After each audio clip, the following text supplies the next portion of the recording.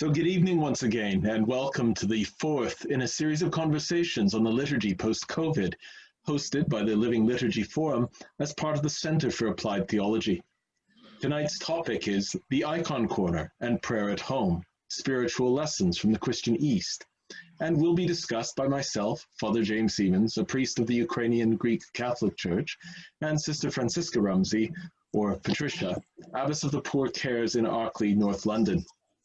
While it is a strange thing to be the one doing the introducing, what I can comfortably say about both Patricia and myself is that we undertook our PhDs at roughly the same time, some years ago, under Tom O'Loughlin's able, challenging, and dare I say, even enjoyable supervision, and that we have both remained active since by writing and teaching in our respective fields, even while maintaining ecclesial and domestic lives.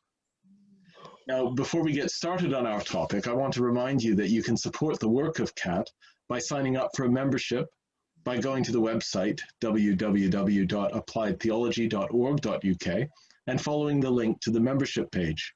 Membership is different to mere website subscription in that it includes not only automatic updates, but immediate notice of new courses and events, the opportunity to participate in our online forum, and access to the Center's newsletter, the first of which is actually due out imminently.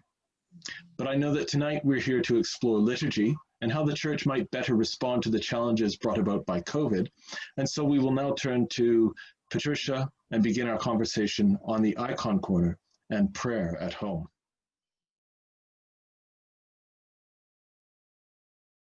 It strikes me that the last two conversations we've had, they've raised a lot of very, very interesting points, which a lot of people have commented on.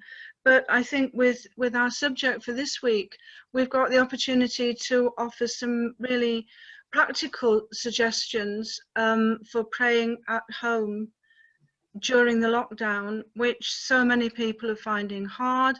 They're finding it hard to feel isolated. They want some way of contacting, being in touch with other people praying, and I think with talking about prayer at home and the Icon Corner, it's probably something that's quite new, a bit novel maybe to some Western Christians, but I think it's got tremendous potential right now. As a Christian, you can pray in solitude, but you can never pray in isolation, because you're praying as part of Christ and you're praying in union with the saints, and that's the experience that Eastern Christians have both in church and at home. I've heard people say when they've seen pictures of Orthodox churches, oh, I couldn't pray there, I'd be distracted with all those pictures. But Eastern Christians don't see it like that. They see those pictures as making the saints present, and so praying with the whole host of heaven. Do you like to take that up, James, and show how it works at home? Yeah, I mean, clearly you launched straight into it with a profoundly important sort of theological point, really, and yet it's a theological point that, far from remaining sort of abstract and what one might say merely academic, has very practical implications for the individual. And so I think what I would like to do is actually show a series of images and illustrate what it is you're referring to. The first thing I want to do is actually just show an icon up close, so that people who are unfamiliar with the style of image you're talking about can get a sense for it. The one that people should be seeing now is that of Christ Pantocrator from the St. Catherine of Sinai monastery in Egypt. And you will see that this is not a realistic looking image. It's an image that is clearly two-dimensional, but is also highly stylized. It has lines that you do not find in more natural looking painting. You will also notice features, and I hope that people can see my moving cursor here, but on one side, for example, on the face of Christ, you will see an eye that looks ominously different to what you see on this side. And this is because the icon is saying something to us. The icon is speaking of the way in which we might experience Christ. So by looking at the left side of Christ's face, you see the eye of judgment, while on the other side, you see a much more tender visage, an eye of welcome, an eye of intimacy. And really, they reflect the ways in which we can experience Christ according to our own response to him.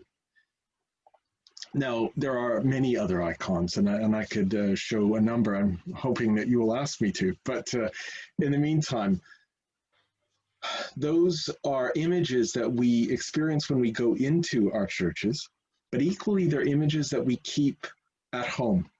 And so behind me, I've got this sign in the way, but you will see on the wall a whole number of icons. And in fact, they sit in front of me as well. What I want to show, though, is this small diptych, which is fairly typical of what an Eastern Christian might have in his or her home. And in this case, it depicts another image of Christ on one side and of the Theotokos, of the Blessed Virgin Mary, on the other side.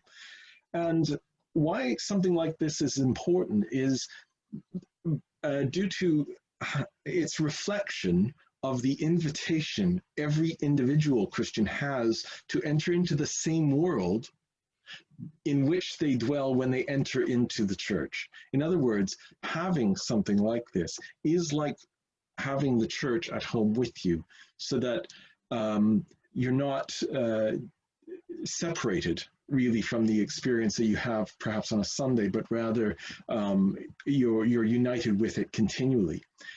Importantly, this is no sort of superstitious feature of Eastern religion. It's not just a matter of having a trinket, but rather it's a matter of having something that is, we might say, sacramental. In other words, something that can serve as a vessel for entering into the divine mystery for the individual.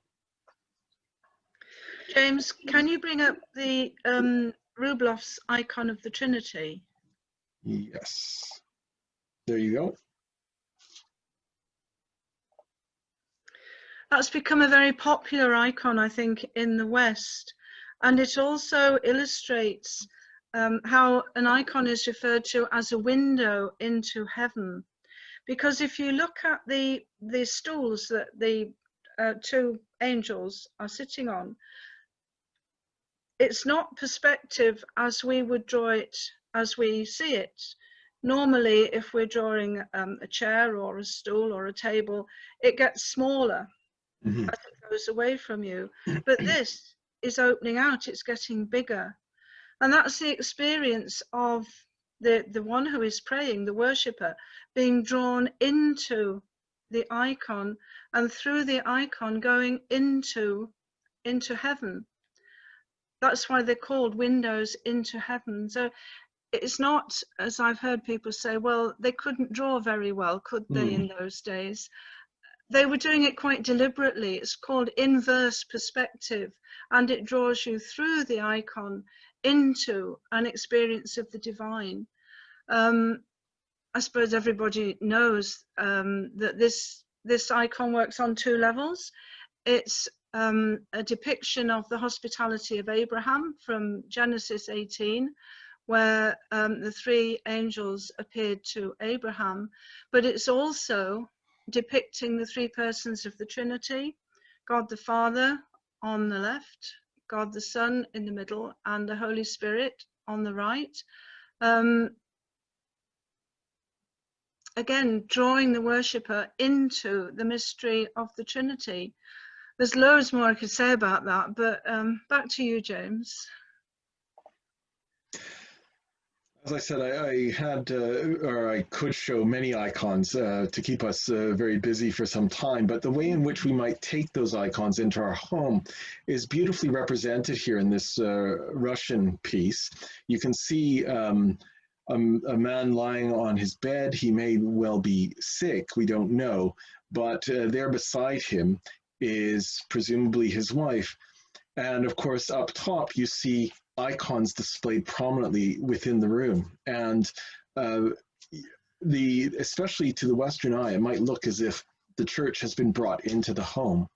And I think that it is a good, I just realized I wasn't sharing that. I think it's a good example of how the icon can be appropriated for home use. Here I've got a different screen. Missing out on the Russian piece I referred to, you can see a whole series of examples of icon corners that people mount in their domestic settings.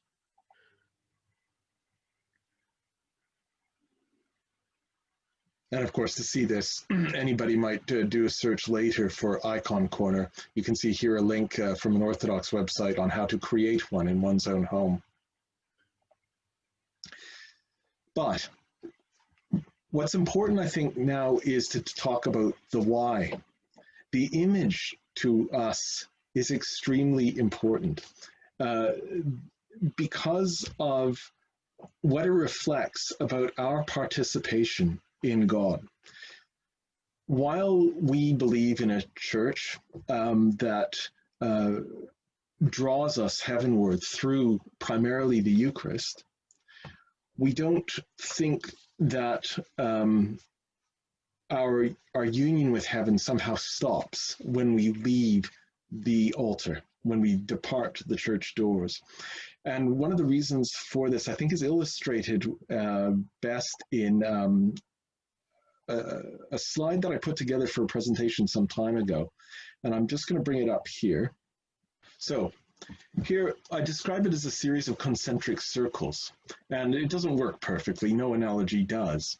But if we imagine God, the mystery of God, to be represented by the largest and uppermost circle, in descending order, God manifests himself to us in Christ, and Christ leaves behind his mystical body, the mystical church, the invisible church. This is then manifest in the visible church. Here I've titled one layer the ordered church. That is the church we experience in the form of the church's orders, bishops, priests, deacons, those who serve within the church. Then the built church, that is, the cathedrals, the physical plants throughout the land. Importantly then, as we descend the circle to where we find ourselves, we encounter the domestic church. That is, that which we carry with us into our homes. And of course, we ourselves, as members of the body of Christ, are icons or images of the church. And finally, of course, we get the individual icon itself, the actual image that we've been discussing. So it's a whole series of images from top to bottom and back up to top. In many ways, if we think of Christ as the high priest, every other image after him becomes a priestly image, something that manifests the divine reality and returns us back up the scale again. Now, by carrying the icon into our home, we're carrying something that points us heavenward and allows us to feel united not only with the divine realities, but with all those who are themselves united in that reality through their life of prayer. Do you think too, James, the fact that Orthodox and Eastern Christian spirituality is very monastic in its orientation, that when people pray in their own homes, if they use the prayer book, it's the same prayers that are being used in monasteries. So again, it's a link to something much, much bigger. And even though you might be praying on your own at home, there's this feeling of being part of something very, very big, that you're not just on your own. I think that's something that could be very helpful and very important for people at a time like this. I love the fact that you even say that. And the reason being that I remember reading Paul F. Dokomov's book. I think it was his doctoral thesis from many, many years ago, simply called Orthodoxy. But in there somewhere is a line in which he says that every Christian life is the monastic life. Mm. And as such, there is or should be no distinction between the life undertaken by the avowed religious and that undertaken by the layperson in work in the world. It's an insight, I think, that was that the West was reminded of by Cranmer, believe it or not, in the Book of Common Prayer. By taking the liturgies of the church, including the liturgy of the hours and the Eucharist, and combining them, putting them into a single manageable volume, enabled the faithful to reenact that which the whole church was doing in a domestic setting. And yes, in the East, this is something that is, I think, naturally a part of the sort of the spiritual tradition. I think we could do it better, because I think it's something that can easily be forgotten. The saving grace in the midst of that, I think, is especially in the wake of sort of a 19th century spiritual revival represented by a text like The Way of the Pilgrim, which encourages the use of the Jesus prayer. People feel more able to make that a part of their lives. Having said that, the Jesus prayer isn't necessarily, the only means to it. The use of the hours, even on a domestic level, is encouraged and becomes part of a life that leads you in a Eucharistic direction, but where the Eucharist is not the sole means of participation. And of course, in the East, a daily Eucharist is very unusual, except in big monasteries. The Eucharist is celebrated on Sundays and big feast days, but it wouldn't be part of the daily pattern of prayer, not in the way it's become in the West. Yes, certainly not. I mean, that isn't to say, of course, that nobody would do it, but it is to say that, I mean, there is a sense in which liturgical life in the East can be quite resource intensive, in the sense of requiring a cantor, requiring a server, ideally including a deacon, a subdeacon, simply because there is so much going on. And that actually would make daily divine liturgy almost impossible. And so it is something that is reserved both for practical and also for theological reasons to the day of the Lord, that is Sunday, and to major feast days. So, of course, the exceptions are cathedrals, monasteries, where there is a whole community gathered around the altar. But yeah, you're quite right in terms of Eastern tradition, not by and large including the same approach to the celebration of the Eucharist as we experience in the West. Can we just go back to the icon corner for a moment, and the fact that it can be, or it is, so personal, because as well as icons of Christ, the Mother of God, probably each family member will have the icon of their own patron saint. So all your 8 children, will they all have their own icons, to make it a very personal feeling as well? You're part of the wider church, but you're also in a very family setting, a very personal setting. Very much so. It's funny you should say so, because I think of my own bedroom growing up, and the fact that I certainly had religious imagery included amongst my posters of U2 or whatever band I was listening to at the time. But my children's bedrooms, while they include posters of Stranger Things or Marvel heroes, very much prominently display there. There are various patrons, and in fact, in one of the bedrooms, there's a whole wall basically just dedicated to their various icons. Yeah. So there is that direct connection between the individual and their, we might say with the children, their particular friend in heaven. But there's a link between, you know, the bedroom and the living room and the chapel, ultimately, and their sense of access to prayer.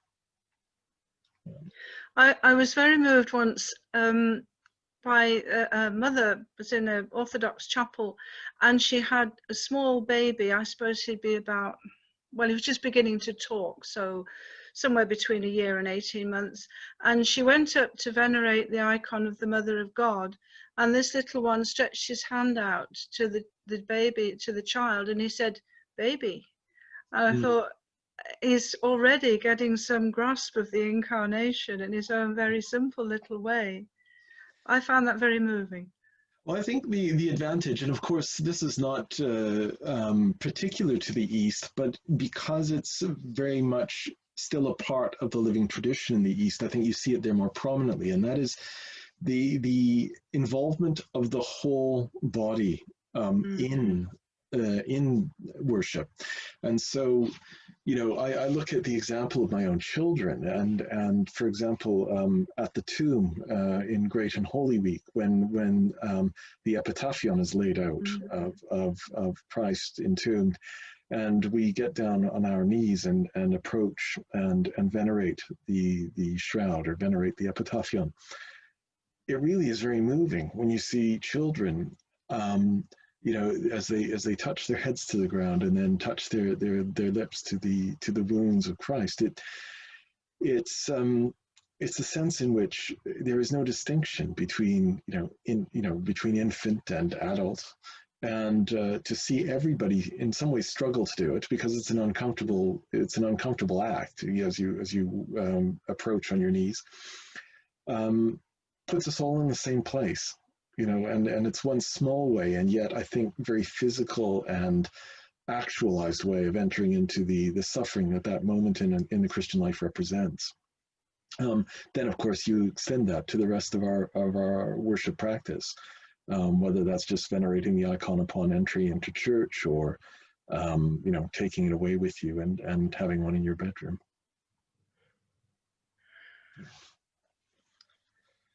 Right. I mean, we could go on all night, really, but I'm wondering if the questions or the comments or the even objections, because some Western Christians do find icons very, very difficult.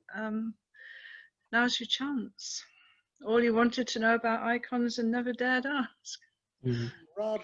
From Rob Burnett, is creation the ultimate icon?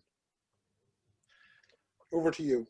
I love that question, because I would strongly argue that indeed it is.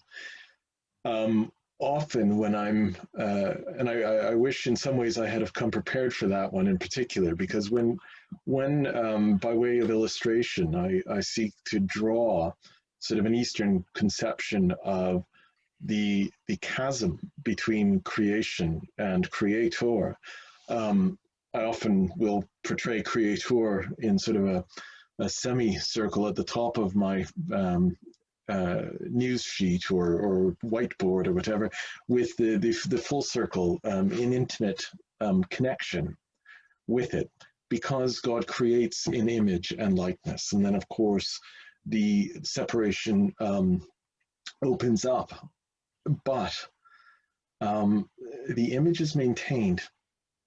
And of course, Christ then restores all potential in that image, potential for ultimate, not just reunion, but as it applies to human beings, to incorporation, or as in the East we say deification, theosis. But humanity is really just a part of the whole sort of cosmic movement. And cosmos, the whole of the cosmos, in fact, is the ultimate icon, I think. It's a great question. I think too, you can turn that round and say that in an icon, the whole of creation is actually represented. You've got the wood of the trees, you've got animals, you've got the earth colours, because everything is natural. There's nothing synthetic or man-made. You've got water, you've got fire. You've got the whole of creation represented in that panel in which you've been working. So you can sort of turn it I right. interrupt here and suggest that if everyone can turn on their comments panel, because some people are sending out messages to everyone, and you know, there's no need for us to read them. Let everyone read them. But here's one for you. I think this one is Paul Moynihan. What is the earliest known icon? I think that's for you, Patricia. You're the historian of icons. As far as I know, there are icons represented in the catacombs, and there are certainly iconic frescoes in the earliest Christian church that we know in Dura Europos. That's got the very earliest representation of Christ that we have, and it's still being presented in iconographic terms. Those are the earliest ones that I know of, but the one that James showed at the beginning of the Pantocrator from Mount Sinai, that's certainly a very early one because it's actually done in wax. You better tell people where Dura Europos is, because it's one of those places. It's well, now the ruins, well, I don't know what's left of it now after all that's been going on in the Far East. It was on the bank of the Euphrates, and it was a Roman fortress at the eastern edge of the Roman Empire, and it has the earliest Christian church that we know of, a house church. And very interestingly, although the wall paintings, the frescoes, were done during a time of persecution, there didn't seem to be any problem about it. There's both a church and a synagogue in Dura Europos, and they have frescoes which make it quite clear that they were used for worship. And apparently there was no comeback from the Roman Empire. Here's a very interesting question, and I'm going to throw it to both of you. It says it's not a very well-formed question, but I don't think that's true. The question is about the effective and intentional nature of having icons in the home, as distinct from a Western tendency to collect devotional kitsch, which doesn't seem to have much power to engage as a focus of meditation. That is actually an excellent point, or an excellent question. It's possible, I think, to reduce an icon by misuse to a piece of religious kitsch. But icons, by their very nature, especially when they are handwritten, not so much prints that we pick up in a gift shop, but when they are handwritten icons, they are undertaken with a certain prayerful devotion that renders them sacramental, sort of in their own right, and consequently, I think, do go beyond other examples of religious articles that do become kitschy. That said, when icons are engaged with as they're meant to be, and as they invite the user to engage with them, then they really do move the user onto another level entirely. The fact too that an icon isn't just a religious picture, it's a statement of the faith of the church. And iconographers are not giving you their interpretation of what Christ looked like, what Mary looked like, what happened at the Annunciation or whatever. They're following the tradition of the church, and every icon is based on a prototype. So you can recognize it straight away. And we have to be honest, James, there are some very kitschy icons around too. Oh, absolutely. Yeah, and of course, churches where where the iconographer has not been duly trained, and Yeah, therefore has, yeah, with all the best intentions, undertaken yeah, to paint the church, and yet ended yeah. up with something quite not antithetical to, but certainly not in accord with The iconographical tradition. tradition. So Yeah. you'll see that if anybody has been to Lourdes, there is a Ukrainian church above the prairie. You can see it opposite the shrine, the golden domes often glinting in the sun. And when you go to visit it, it's a very lovely place, and it's a wonderful community. But the icon of the Theotokos, the sign of the Theotokos, of Mary and her sort of cosmic power, is not at all what you'd expect. And so, there's a good example of a, you might say, a poorly rendered icon, but what's so important is how it's then used. The fact is, it's used with right intention, and therefore it's in some ways transformed into being something appropriate. Here's a rather simple sounding question, but I think actually it's a very problematic one. In the Western Church, our first image of Christ is of Christ crucified, the crucifix. Does this image appear in Eastern icons? Very, very much so. I mean, the icon of the crucifixion figures largely, well, obviously it's in every church and in every icon corner, and it figures largely in the Good Friday liturgy that James was describing a while ago. But the emphasis is quite different from in the West. In the East, it's the theology of John's Gospel, that Christ, that's his moment of triumph. He's Christ the victor, not Christ the victim. And there's a big bank of white and red flowers with the crucifix in the middle. And the emphasis is so much on the triumph of the cross. So although the crucifix is there, I think the theology behind it is rather different from the sorrowing, suffering Christ where we put the emphasis perhaps more in the West. Don't know what James might have to say about that. Yeah, that's a hugely important point, and I'm glad you've made it. One of the things, actually, I think Orthodox Christians are sometimes accused of by the West, and I don't mean that in any really serious way, but would be of underemphasizing the cross, whereas in fact, outside of Great and Holy Week, we have two feasts of the Holy Cross, not just one. And the reason for this is precisely the important role that it plays, the obviously important role it plays in the story of salvation. Now, having said that, what you say about the triumph of the cross, I think, emerges from Gregory of Nyssa, who talks about the cross being the place where the incarnation is finally and fully consummated, as if flesh and divinity are nailed together. Yeah. Yeah, there's an interesting problem there actually for the Western liturgy, because I think certainly in Western popular devotion, Christ the victim is still the dominant theme on the crucifix.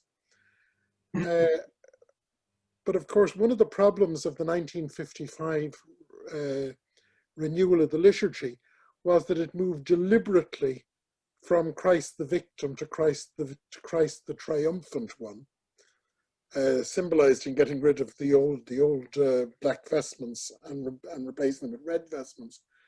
Though I noticed, I gave a series of talks to clergy of a diocese 2 years ago on preaching in Holy Week, and not one of them felt comfortable preaching the idea of Christ. Even using the phrase, Regnans Deo aligno, Christ, the Lord reigning from a tree. It was focused purely on the suffering of the one who then is dead on the cross. So I think I think I think this question is interesting because it throws up one of 1955. I can't remember how many years ago that is. That's 65 years ago, and yet we're still not. Western Christians are still not happy with the mandated Roman liturgy. Well, look at the hymns we sing for a start. Yeah, well, there are one of the things that you annoy. One way to annoy an organist is to tell her there are no free hymns on Good Friday afternoon. There are no free hymns in the Latin liturgy. The Latin liturgy says you will use the improperia, or you will use Venantius Fortunatus. That's it. You don't. There is a tree far away, and what is it? The old rugged cross, and were you there when they crucified my Lord? The answer is not if you're a Latin Christian. But okay, here's a comment that I think we should share. We saw the original Rublev Trinity icon in Moscow. It was an awesome experience to view the original. We have 2 prints of it, but I never quite feel so moved by these. Spoilt by the impact of the original, I guess. We have several others, mostly prints. It is the handwritten one we have that draws me whenever I spend time before them. Now, let's throw that to you, Francisca, because you've written icons. Well, I think it's what James is saying about the difference between a print, which is a photograph, and the original, and the way that an icon is painted, the layers of paint that you're using gradually build up from dark to light, because you are representing light overcoming darkness. So you're working very theologically, but it also means that there's a certain I don't know what to call it, up and downness about your panel, because the more layers you have where the lighter tones are, that's throwing up a slight relief, which you're aware of when you're looking at a handwritten icon, which you lose when it's a printed one. Actually, there's a very interesting story about the Trinity icon, Rublev's Trinity. When, after the communist takeover, it eventually ended up in the Tretyatov Gallery in Moscow, an art gallery, and people were still allowed to look at it, to go and see it, because it was a piece of Russian art. But I've heard people say that the carpet in the art gallery in front of that icon was worn out by people going up and prostrating and venerating it, and the officials in the art gallery just stood back and watched. They didn't stop it. So the ordinary people had this faith in the religious value of what the communist government was putting before them as a piece of artwork. To them, it was something far more. It was something to be venerated. Again, that's something that I find very moving. I think what's so beautiful about this point that's actually been made is precisely that in many ways it embodies what this whole series of conversations has been about. We began, I should say, 4 weeks ago by asking if it was possible to send an apple by email. And here in the question of iconography, we have an answer in many ways. There is a difference between the photocopies, right? And the more we are removed from the incarnational experience, the less we sort of feel able to appropriate the reality it represents. It's not that a print of an icon has no value, not at all, especially if the intention of the creator, the intention of the user is to deploy it for precisely what it's meant for. But to behold an original is not unlike approaching the altar in the flesh to partake of the Eucharist. There's something that speaks to us on a much deeper level than if, for example, we're seeing it through a screen, or in the case of an icon, through a representation as opposed to its original form. Here's an interesting question. How similar are icons to the medieval diptychs and triptychs treasured by the rich and often taken with them on journey pilgrimage? If I might just start with that one.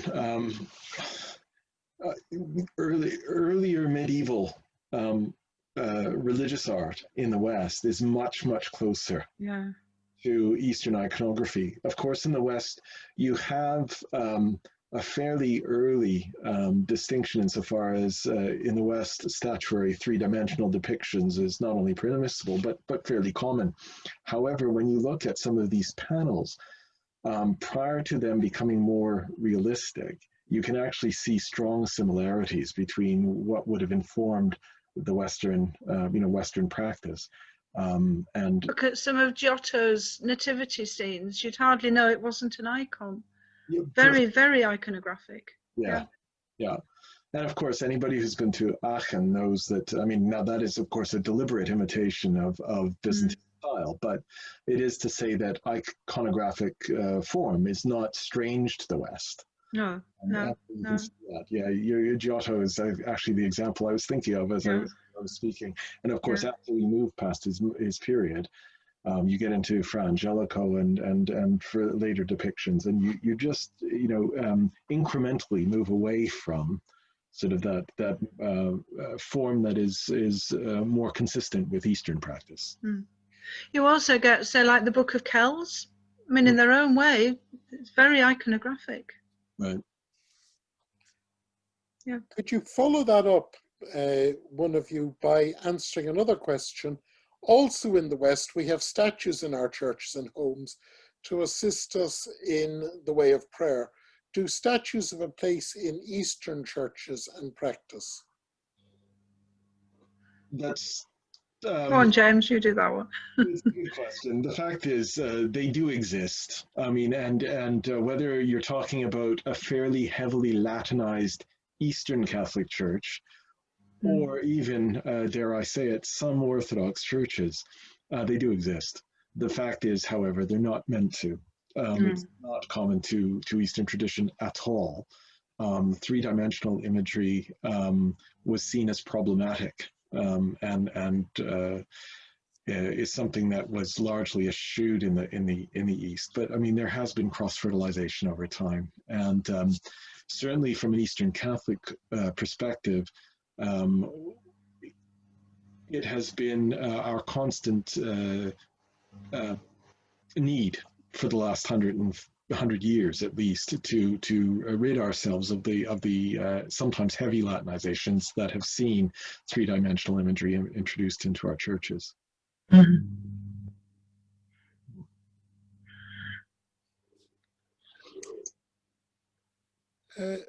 There's a psychological moment arriving whereby we're not getting any more questions, and also I suspect that the need for a cup of tea is overtaking. It's certainly overtaking me. So could I, on behalf of all of the people who've been taking part, and I could see a little number there a couple of minutes ago, but I can't see it now, there are 60 participants. And that means there are 60 computers. So there may be other people, several people, I see there's 2 people. So, I'm just amazed. I've spent years dreading parishes inviting me to address a group at 8 o'clock on a cold, wet, wintry evening. And then you talk to 7 or 8 people, 3 of whom you've already met somewhere else. And then you drink a cup of tea made from a Burco boiler, and you have to drink the tea because they've gone to the bother of making it for you. And there's always one soggy digestive biscuit. And it's just great that we can actually have a discussion like this with 60 plus people and now go and make a decent cup of tea. So can I, on behalf of everyone, thank the two of you.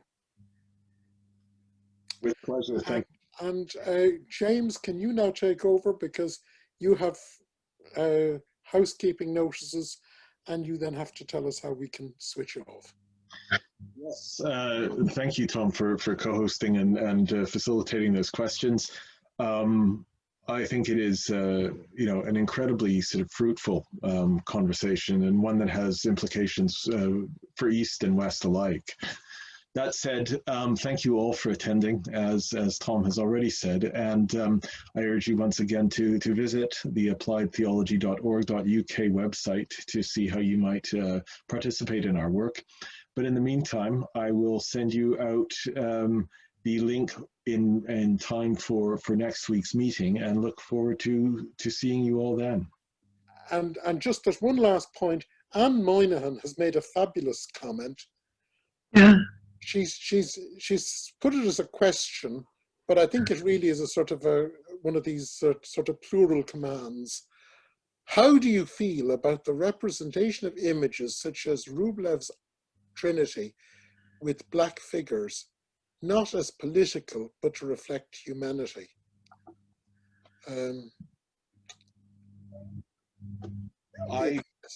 I've just been engaged, well, passively engaged with that debate because of precisely, essentially that rendition. I have, well, I think that the church has no issue with it. There are some who would react strongly against it, I'm sure, but while it wouldn't, strictly speaking, fit in the Byzantine tradition in terms of the rules of writing an icon, the idea of representing the humanity of Christ and his saints in a way that is incarnationally appropriate to the people who are depicting them, there is no theological problem. And you can see that in the entirely canonical forms of iconography used in the various churches, for example, around North Africa and then further east. So there is a tradition very much of seeing icons sort of incarnate according to you know, the people that are writing them. Well, there was a famous lecturer who said, you know, Saint Augustine wore a chasuble. Saint Augustine hid that under his chasuble, and someone pointed out that the chasuble wasn't used in North Africa, and the fellow said back, "Of course it was, because I've seen statues of Saint Augustine. He's wearing a chasuble." We always represent all the saints, not only looking like us, but wearing our latest form of ecclesiastical kit.